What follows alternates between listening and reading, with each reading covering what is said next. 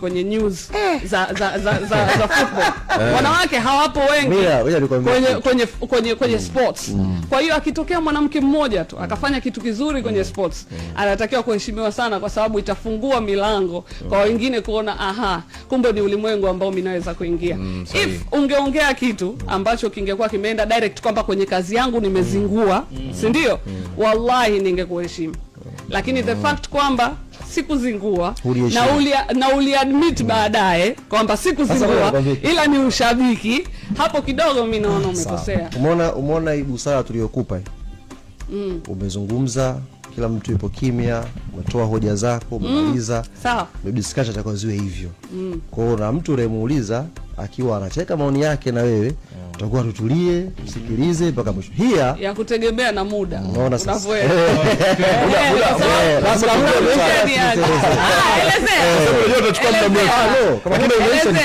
elezea. Hapa tutafuti naye alikuwa sahihi hayuko kabisa. We just clarify issue ilikuwa kwa upande wako na mimi na clarify issue ilikuwa kwa upande wako. Jambo la kwanza ambalo umeni surprise nalo, umekuwa too emotional na umefikiri kwamba posti yangu imetengeneza damage kwenye career yako. That's number one. Haijafanikiwa. Ilikuwa na lengo hilo lakini haijafanikiwa. Endelea. Ukisoma posti yangu ya kwanza ambayo nilipost, tuichambue ile posti yangu ya kwanza. Kama ni mtu ambaye ungekuwa soba, hauko hizo emotion ambazo uko nazo, ungetulia na kuisoma ungenielewa. Hakuna shida, ndio hiyo. Mimi nampa mtu nafasi azungumze.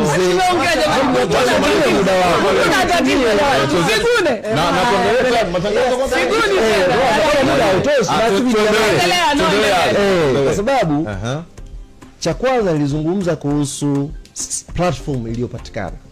Kwamba tuna mgeni anaitwa Rio Ferdinand, amekuja kwenye nchi yetu, na sisi waandishi tunaopata nafasi kuuliza maswali.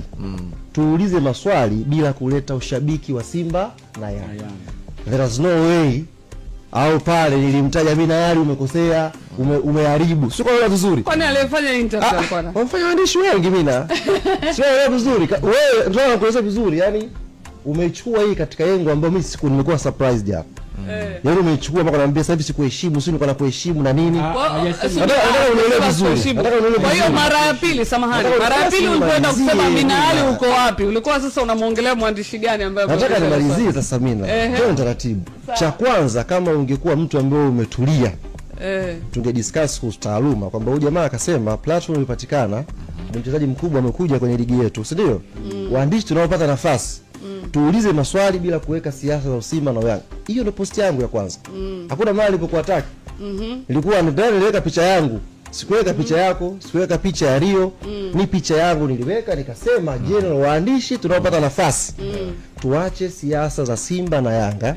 Tubebe interest ya taifa, tuulize hayo maswali. Endelea. Hiyo posti kama wewe ulitafsiri. Wewe ulikuwa unakusudia waandishi gani? Astaghfirullah. Hiyo post kama ulitafsiri kwamba nimekutarget wewe kuharibu career yako, kama ulikuwa unaongelea waandishi gani? Nataka tuiweke sawa. Post yangu hiyo hata sasa hivi ipo ukiisoma. Nilizungumza kuhusu taaluma ya waandishi wa habari. Ulikuwa unawazungumzia wewe waandishi wote ambao wamepata nafasi. Lakini kawaje sasa baadaye ikabadilika ikawa Minali kwenye interview zilizofanya. Ndio nataka wewe taratibu. Hapo wewe usitumie muda wako kujielezea wewe peke yako. Umejielezea kwa nafasi kwa mtu mwingine aelezee, alafu tunamaliza. Wewe uelezea, mimi sikuuliza swali. Nakuuliza sasa. Wewe uelezea, mimi sikuuliza swali. Kaa kimya na wacha umalize. Sasa muda si ungeweza kuendelea. Twende. Sasa kwenye basi mimi matufunge huyo mjadala. Wallahi kwa sababu nikwambie, yani katika hili jambo lazima patikane mmoja ambaye atakuwa ameshinda, mmoja mimi nimeshindwa. Si jambo la mshinda. No, tuifanye hii busara. Mimi nimeshindwa, wewe umeshinda. Twende katika mjadala mwingine tu save time. Mimi na wewe sasa tutafutana off air, kwa sababu hii ni kama elimu tutaka tupeane. Ili next time kama wewe utaona kwamba hapa kuna mantiki nimeyapata, utayabeba. Ukiona hayana maana unaacha. Ndio bwana. Naamini si jambo. Post yangu ya kwanza ulivyo translate hapo ndio umenishtua. Post yangu ya kwanza sikuwa nimekutarget, sikuwa nimekupost, nilizungumza waandishi wote walioenda pale. Naamini si jambo. Jamani, interest yafanyaje? Post zilizofuata, post iliyofuatia baada ya mimi kupost, alipost Ahmed Ali akinijibu mimi Ndio anamwambia Mina kwenye siasa Simba na Yanga ziko hivi. Simba na Yanga ziko hivi. Kiwango ambacho Simba watakushangilia ile kiwango chake ndio kiwango ambacho Yanga watakuzomea. And vice versa. Umeelewa? Post yangu ya kwanza ilikuwa ina lengo la kukumbushana taaluma. Jamani, amekuja mgeni mkubwa, tuitumie kama platform ya kutangaza nchi yetu, tunakwenda kwenye AFCON. Tuacheni siasa za Simba na Yanga. Mimi wewe ni post hivyo, sikuwa nimekushambulia. Sasa wewe ulivyo translate hapa nini na nini, kiukweli nikwambie. Tunaongea unaongea mpaka unatemeka ile. Unajua umetumia. Lakini wanawake tuchache ndio ukweli. Mimi subiri siwezi kutetemeka. Mimi natoka tuanze kwenye nje ya chaki kwa sababu issue ya sports na James tupe kwa hapa.